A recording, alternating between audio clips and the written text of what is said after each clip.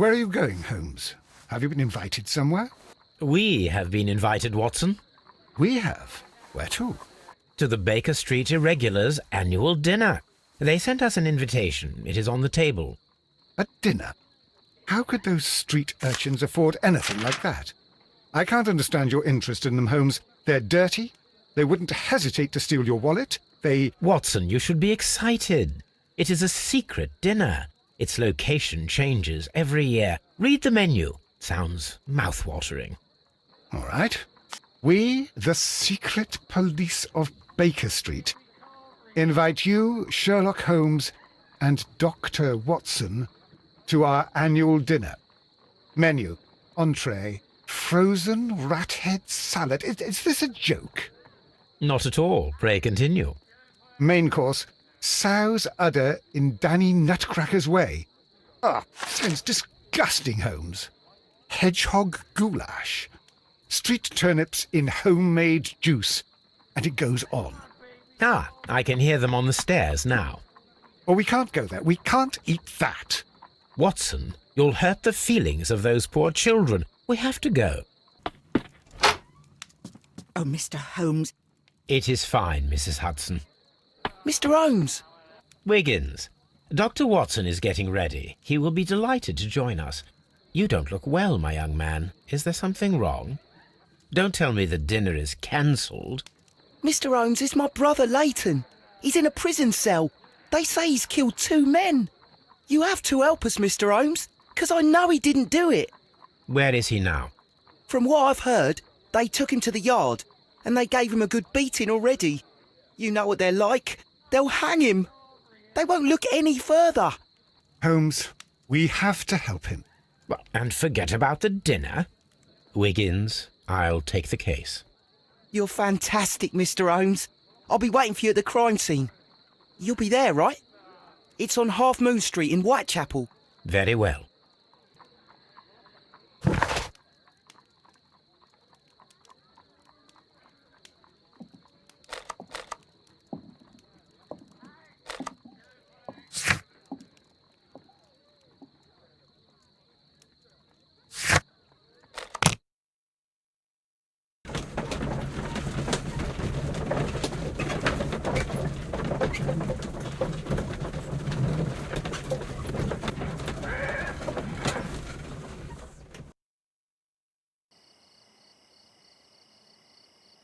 Holmes, poor little Wiggins needs our help.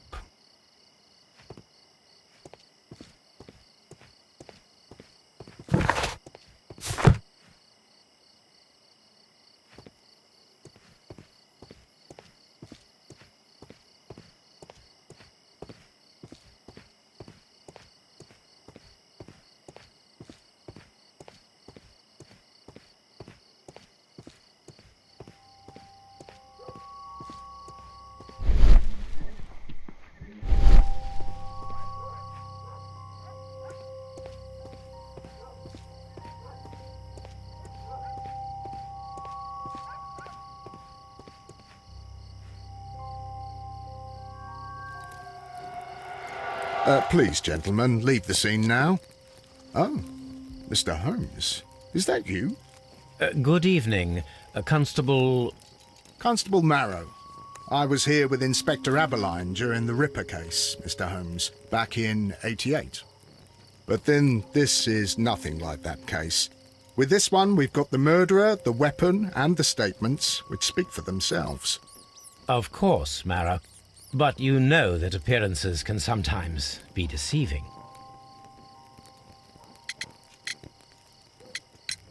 Who were the victims? The 2 men here, both shot. The stabbed fellow was Brian Vercotti, a well-known ruffian. The other, Kenneth Butler, a jeweller by trade.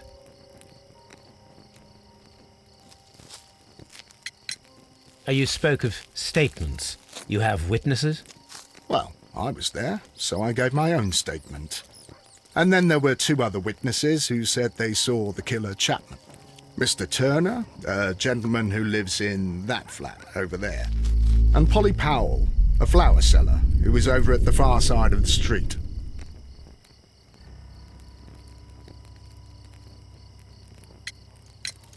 So, Constable Marrow, I should be delighted to hear your testimony. I was standing at the north side of Half Moon Street. That was the side that you came from. But you would have been unable to observe this part of the street, where we are standing now. That is correct. But I saw the two victims slowly enter Half Moon Street, and then shortly after, the fireworks started. A few minutes after that, the fellow chapman rushed towards me and ran into Half Moon Street. Please continue. I didn't pay attention, but suddenly I heard a woman's cries and police whistles on the other side of Half Moon Street. I rushed over there and I saw the two dead bodies on the ground. When I reached Whitechapel Street, I saw Leighton Chapman. He'd been caught by two police constables. Did you hear the shots? I didn't hear any shots. The fireworks were all over the sky. They were so loud I couldn't hear anything else.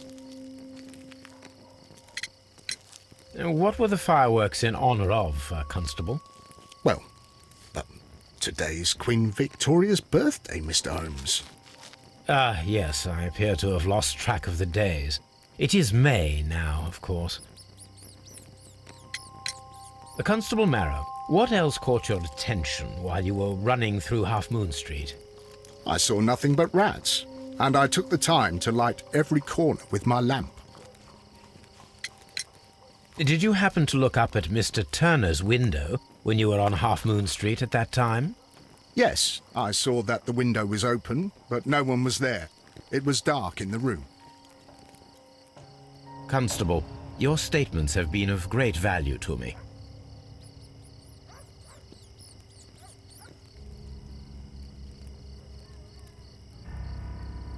The bullet struck his head. This man didn't stand a chance.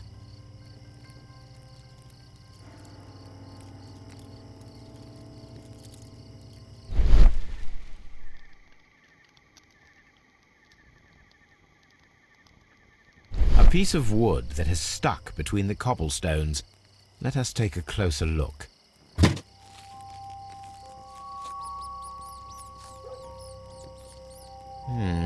This shard of wood is quite new.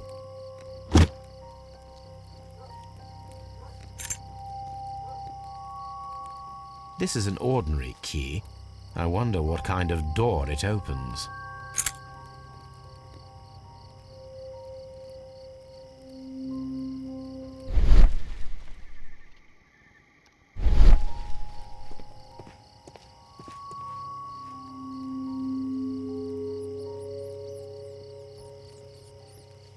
A tattoo from Westgate Prison. Vicotti must have done some time there.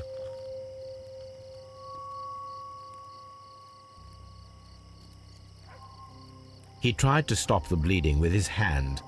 Death was not instant. The bullet penetrated his stomach, a dreadful wound.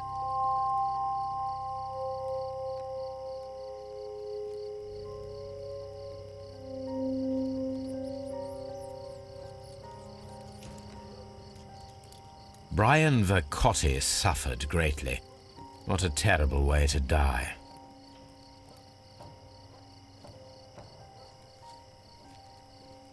A fairly long pole with a forked end.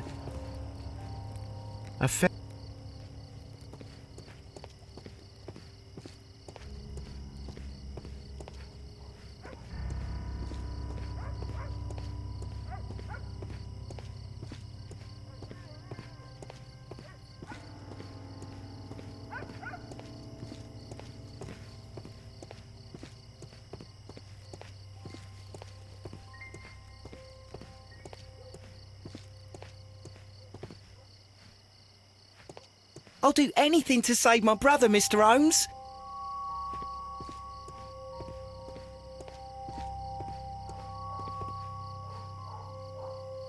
Good evening, Mr. Turner. I heard Constable Marrow reply to you as Mr. Holmes. Are you that detective gentleman? I've heard of you. And well, I know things about this evening. Excellent. Might we hear your story?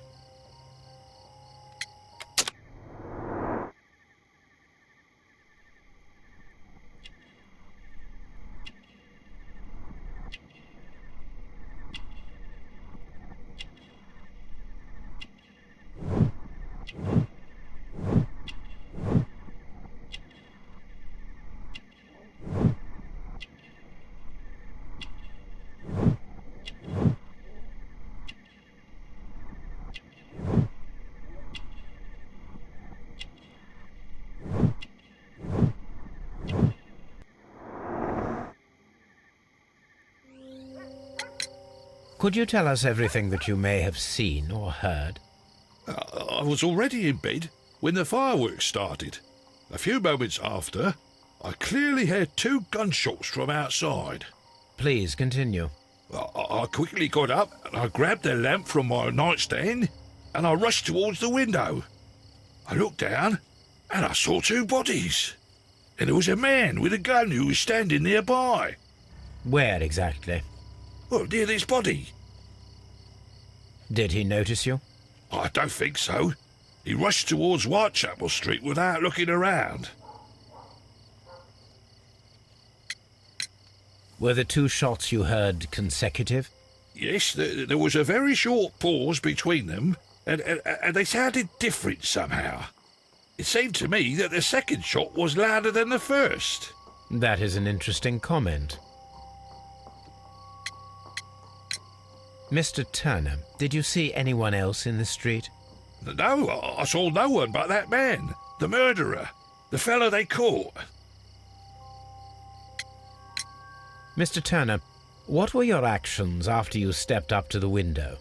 I was afraid that the man with a gun might return, so I stayed close to the window till I saw the policeman coming in the half moon from Whitechapel.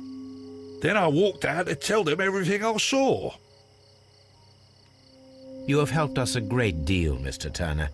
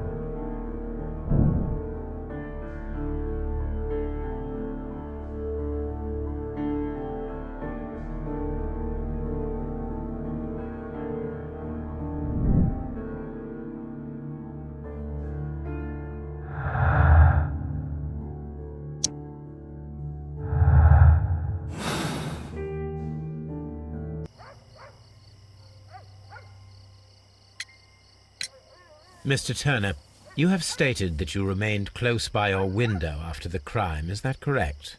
Oh, yes, Mr. Holmes. I stayed at my window until the policeman arrived to examine the dead bodies.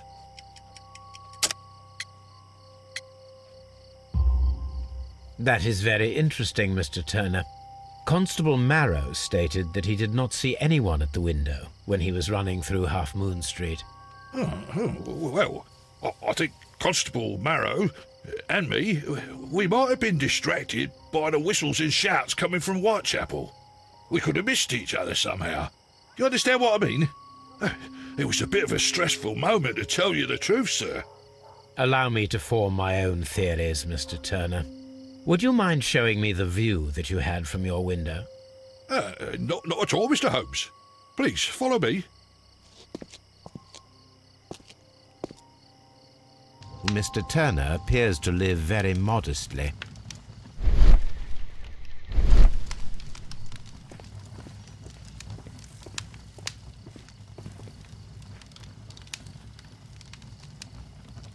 The books on this shelf are in a mess. It looks as though Mr. Turner was trying to find something in a hurry here a short while ago. A perfect match.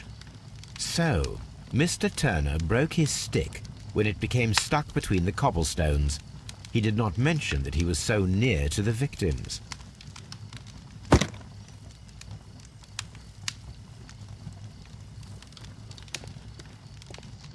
Mr. Turner was roused from his bed by the sound of gunshots.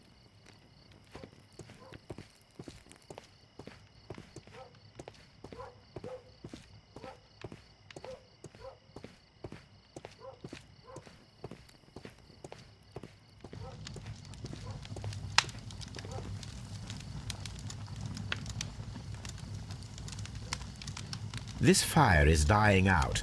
It was last tended to over an hour ago.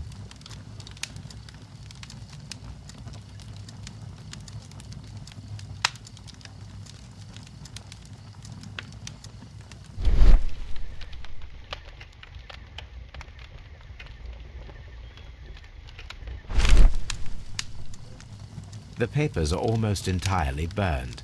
I am unable to see what's written here. These words are illegible.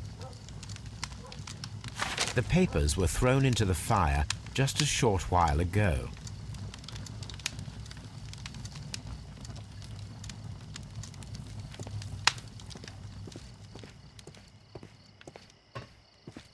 Anything else you would like to know, Mr. Holmes?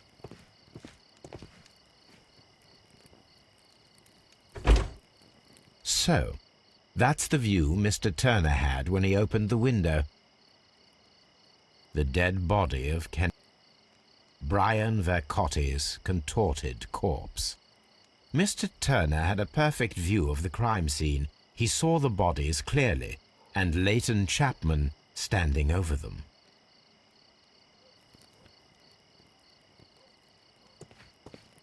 Anything else you would like? This kitchen knife is quite sharp.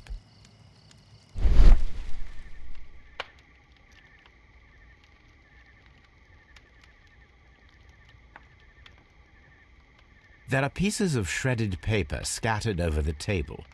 His kitchen knife was used to cut the paper.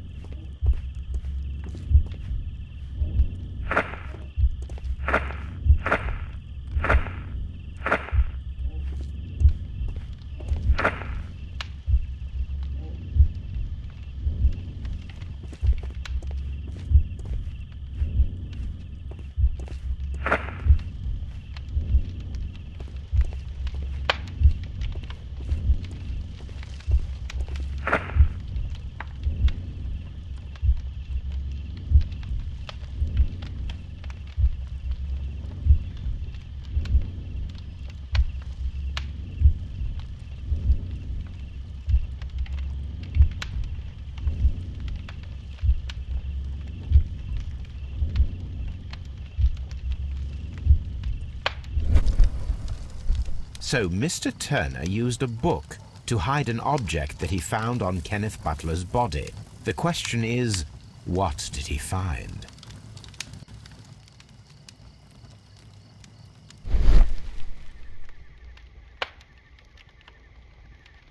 I can see prints from greasy fingers upon the cover of this book. Let us take a closer look. Well now, what a find! A precious jewel, concealed inside a book. A bracelet with a unique ram's head design, a distinctive feature of ancient Grecian artifacts, probably of the Hellenistic era.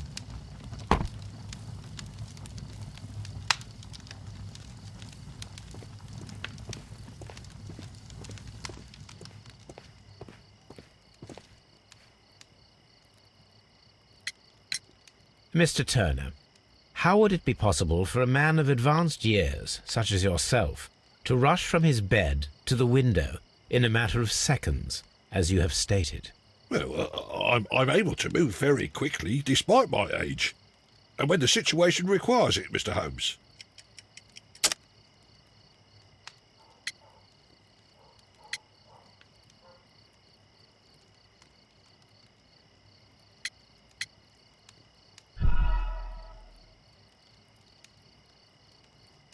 Well, I'm able to move very quickly, despite my age. And when the situation requires it, Mr. Holmes.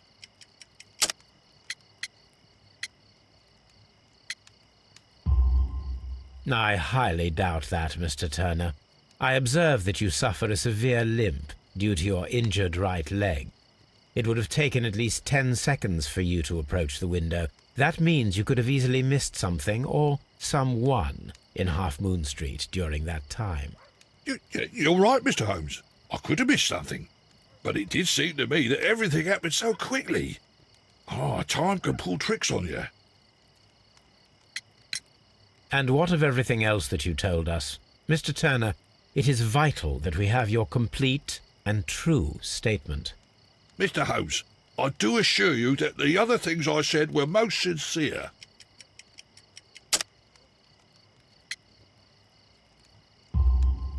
Mr. Turner, you were not sincere with me. Not then, and not now. But Mr. Holmes... This, Mr. Turner, does not look like anything that a poor man might possess. It is worth more than the home that you live in. I can explain. No, merely correct me if I am wrong. You saw Leighton Chapman through the window, but you also noticed a glittering object on the ground, this precious jewel. You walked down and took the bracelet from the body of Kenneth Butler, and when you heard the whistles, you hurried away. That broke your walking stick. It caught fast between the cobbles. Constable Marrow was unable to see you in the window as you were climbing up the stairs on your way back to your flat. Upon returning home, you hid the precious jewel inside a book. Mr. Holmes, please don't send me to prison. I didn't do anything bad. I'm just a poor man. When I chanced upon the bracelet, I saw it as an opportunity to make a little money. I was desperate. I only took the bracelet, that's all, I swear. You made a mistake by lying to me. But you are not a criminal. I believe that. Although I must return this bracelet to its rightful owner.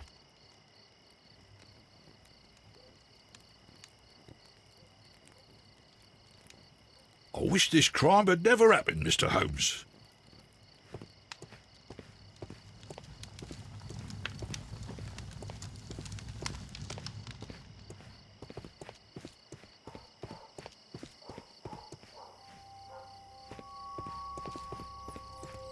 It would be my pleasure to assist you with your investigation, Mr. Holmes.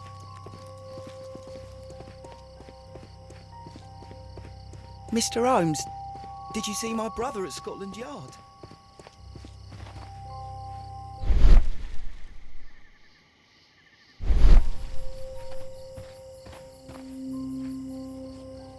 Mrs. Powell? What do you want? My name is Sherlock Holmes. I'm assisting the police with their investigation of the crime that took place this evening. Well, I've already gave my testimony. but very well. Could you tell us everything that you may have seen or heard?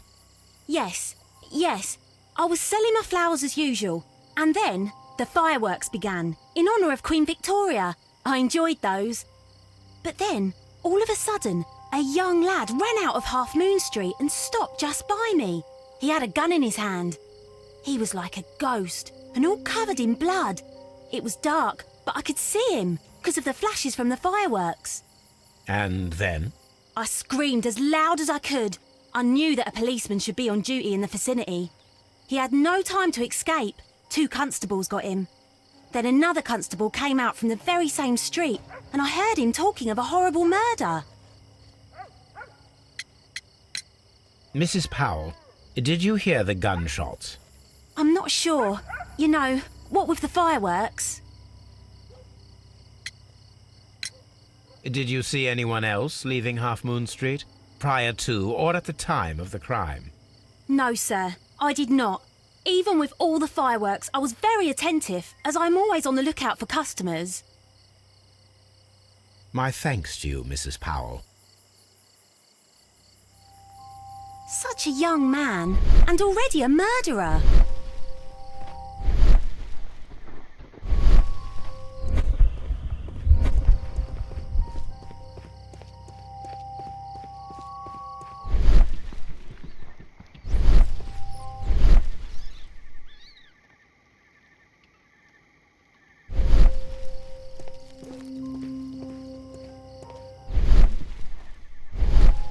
I'm always wondering what's on your mind, Holmes. A fairly long...